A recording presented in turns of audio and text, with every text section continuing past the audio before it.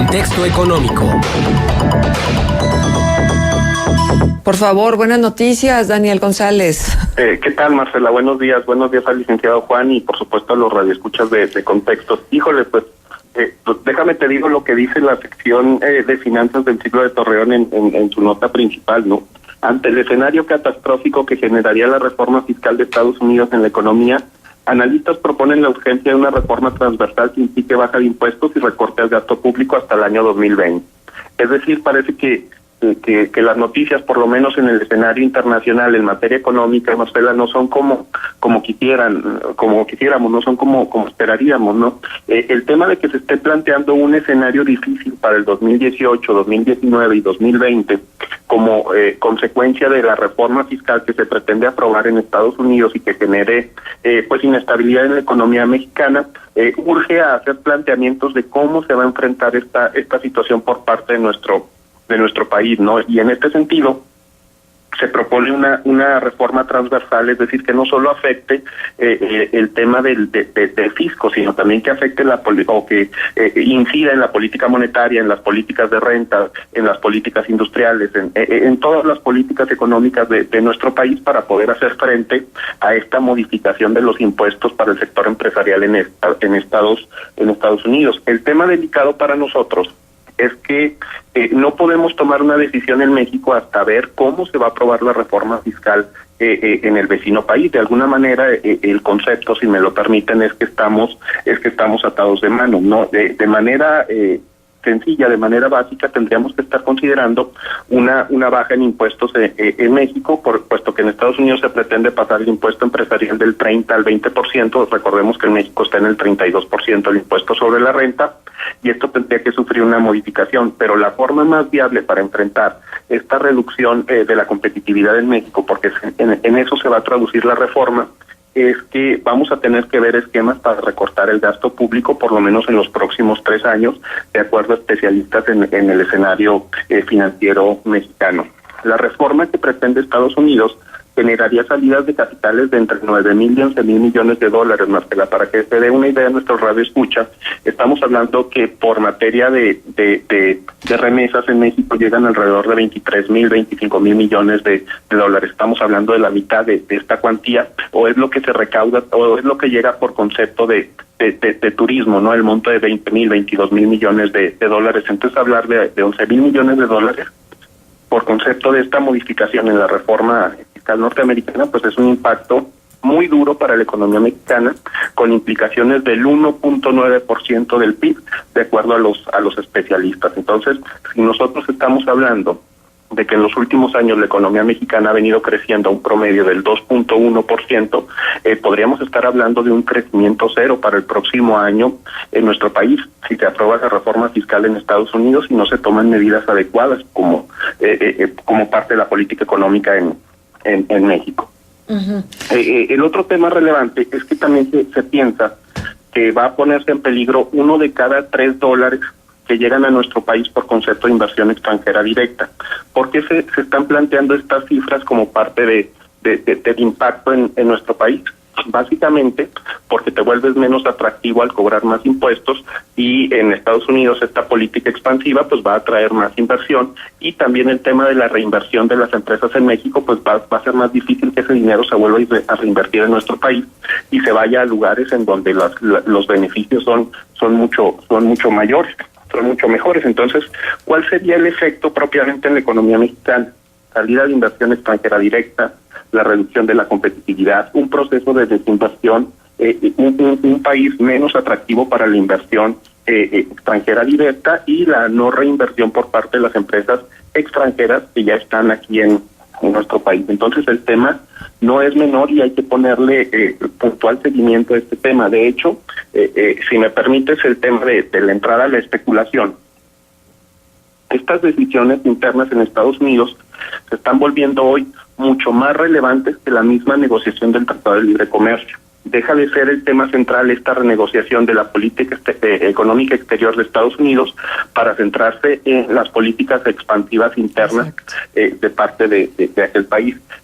Bajo estas condiciones ya no están descabelladas las propuestas que está realizando Donald Trump. Incluso me parecería, siendo un poquito chairo, siendo un poquito especulativo en este tipo de temas, que al volverse secundario el Tratado de Libre Comercio, parecería ser que la reforma fiscal orientada a darle mayor competitividad a las empresas norteamericanas a través de la reorganización de cadenas de valor en Estados Unidos era el verdadero proyecto económico del gobierno norteamericano, y el Tratado de Libre Comercio se puede visualizar como secundario y más bien como un distractor de la relevancia que tiene esta modificación económica en las reglas en Estados Unidos. ¿Y por qué te digo esto? Cuando tú checas la encuesta sobre las expectativas de los especialistas del Banco de México en noviembre, tú checas que los factores que más le preocupan a los especialistas en nuestro país es la incertidumbre política interna con el 19%. El tema de la inseguridad pública representa el 15% de los obstáculos que se ven en la economía mexicana, la producción petrolera el 11% y la inestabilidad política internacional 9%, referida específicamente a la negociación del Tratado de Libre Comercio. Estamos hablando que más del 50% de las preocupaciones están en estos 4 indicadores, pero ninguno había tocado el tema de la política económica exterior en ninguno de los conceptos. Y cuando tú checas este comportamiento desde enero del 2017, no es un factor que los especialistas estén considerando. Sin embargo, desde la semana pasada se ha vuelto un tema bien importante en la economía mexicana, y de hecho lugares especializados como el Centro Espinosa Iglesias, o el Centro de Estudios Económicos del Sector Privado, el CES, están tocando ya este tema y qué medidas debería de tomar la economía mexicana, pero como repito, no podríamos tomar una decisión hasta ver cómo se va a aprobar este plan fiscal en Estados Unidos. Ajá. Ahora, el otro tema es que esta decisión es bien importante en aquel país porque Estados Unidos no tomó la decisión de reducción de sus impuestos empresariales desde hace muchos años, mientras que en Europa y los países miembros de la Organización para la Cooperación y Desarrollo Económico sí lo hicieron. Esto generó una reducción de competitividad en Estados Unidos, mientras que en Estados Unidos es el 30% el impuesto empresarial. El promedio de los países miembros de la OECD, Organización para la Cooperación y Desarrollo Económico, es superior al 20%. Entonces es una medida necesaria para ser competitivos en Estados Unidos, pero que en México tampoco estamos tomando en consideración como parte de la OCDE, que, como repito, tenemos el impuesto en el 32%. Uh-huh. Bajo este escenario, pues estamos viendo que la aprobación de la capital israelí como Jerusalén, el tema de la renegociación del Tratado de Libre Comercio, la eliminación del Obamacare y la propuesta de reducción de impuestos para los empresarios en Estados Unidos son propuestas de campaña que se hicieron por parte de Donald Trump y que parece que va con toda la intención de cumplirlas. De hecho, solo estaríamos pendientes con el tema de la reducción de los impuestos, pero de acuerdo a estos otros 3 que acabo de mencionar, parece que es una decisión que ya está tomada. A mí el tema que me llama mucho la atención es que ya no me parece tan descabellado este proyecto económico del presidente de Estados Unidos al desarrollar una política económica expansiva vía reducción de impuestos, vía a través de negociaciones en el escenario internacional y básicamente favoreciendo el sector manufacturero con un objetivo bien concreto: reestructurar las cadenas de valor, los proyectos industriales en el vecino país para atraer más empleos y reactivar la economía. Esto generaría presiones inflacionarias y nos llevaría a otra consideración. Uh-huh. El incremento de las tasas de interés por lo menos una vez al final del año, que ya se esperan, y otros 2 incrementos más en las tasas de interés por parte de la Reserva Federal en Estados Unidos, que prácticamente nos hablarían de la duplicación de la tasa de interés de referencia en aquel país, que sería otro factor a considerar en el escenario económico mexicano. Concluyo, Marcela. Ajá. Incrementos en las tasas de interés en Estados Unidos, renegociación del Tratado de Libre Comercio y aprobación de reforma fiscal son propuestas económicas que vienen de fuera que afectarán de manera significativa el desempeño económico de México, por lo menos de 2018 a 2020. Cuando dices de manera significativa, quiere decir que hay que estar alerta. Yo decía el otro día, Daniel, y por favor corrobóralo o desmiéntelo, que todos estos factores tenemos que tomarlos en cuenta los ciudadanos de a pie. Ya no digo los inversionistas, ya no digo los dueños de grandes capitales, los especuladores, no. Los ciudadanos, para tomar nuestras decisiones de manera muy, muy humilde y discreta en función de los gastos de esta temporada navideña. Mira, Marcela, qué bueno que lo comentas, porque de nada sirve todo esto que estamos comentando si nosotros como ciudadanos comunes no aterrizamos esto a nuestra actividad diaria, a nuestra vida cotidiana, a la decisión de nuestras empresas y de nuestras familias. ¿En qué se traduce esto? En un posible incremento en las tasas de interés y sus tarjetas de crédito y sus deudas en los próximos meses, vía incremento de intereses por parte de la Reserva Federal, que impacta al Banco de México y a su vez a los bancos comerciales. El otro tema es la modificación del tipo de cambio, que si ustedes recuerdan, el día de ayer rebasó en ventanilla en bancos los 19 pesos por dólar, y esto encarece productos que vienen de otras partes del mundo y que llegan a la mesa de los mexicanos.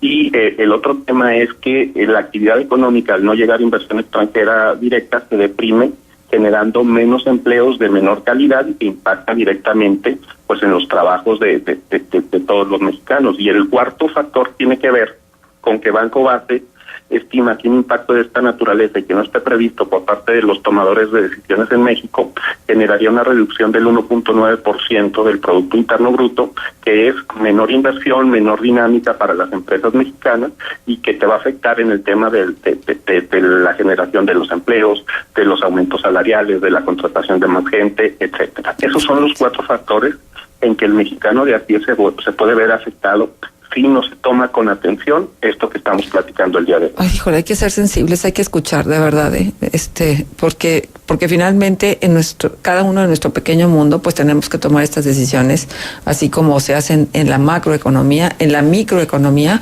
para salir lo menos afectados posible. Bueno, el tema de la inflación, Daniel, para terminar, porque el tiempo se nos va, acelera en noviembre a 6.63%, y bueno, esto seguramente también trae repercusiones serias a nuestro gasto familiar y a la manera en que tenemos como capacidad de compra.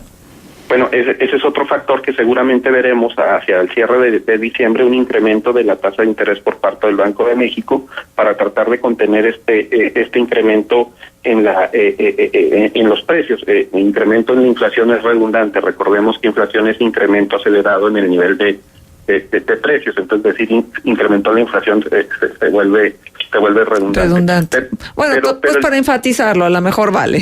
Sí, para enfatizarlo. Pero el tema aquí, Marcela, es que la inflación anualizada en lo que llevamos del 2017 alcanzó el 9.35%, es decir, la posibilidad de que por primera vez en muchos años en México la inflación rebase los 2 dígitos es una posibilidad muy importante con todo lo que implica para el bolsillo del mexicano. Ese es el dato relevante de la información que nos dan el día de hoy de la inflación del 6.3% que se da en noviembre y que se acelera después de que en agosto, septiembre, octubre empezó a ser contenida de alguna manera, ¿no? Es 6.63, Daniel. 6.63, sí, perdón. Sí.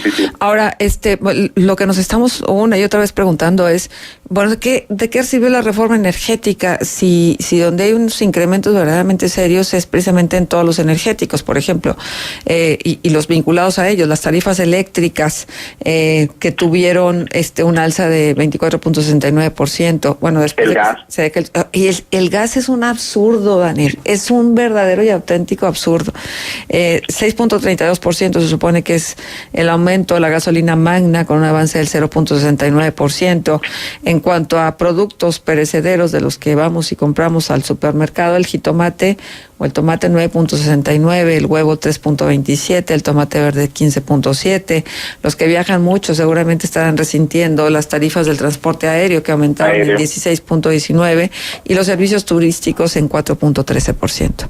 O sea, nada alentador, nada cálida estas cifras, pero ni modo, esta es nuestra realidad. Sin embargo, Marcela, te diría que, por ejemplo, la confianza del consumidor tiene 4 meses incrementándose en nuestro país. Y entonces aquí el dato es que como consumidores o no estamos entendiendo lo que está pasando en el mercado o de verdad se han tomado tan buenas decisiones en materia económica que este tipo de factores no han incidido en el bolsillo del mexicano. Bueno, Daniel, pues sí, muchas gracias, sí, siempre, muchas gracias por tu participación, pero la verdad es que son de esas noticias que quisiéramos darles la vuelta y no conocerlas, pero esto es una actitud que hemos tenido los mexicanos a lo largo de mucho tiempo, de meter la cabeza, aunque sea un mito, como el avestruz en el suelo, y no enterarnos, no escucharlos, no reflexionarlos, pero yo creo que ya basta. Vamos a ponerle aquí un freno y vamos entonces a planear qué va a pasar con nosotros ahora en diciembre. Tener un aguinaldo no es estar en jauja ni haberse sacado la lotería. El aguinaldo le costó a usted trabajo.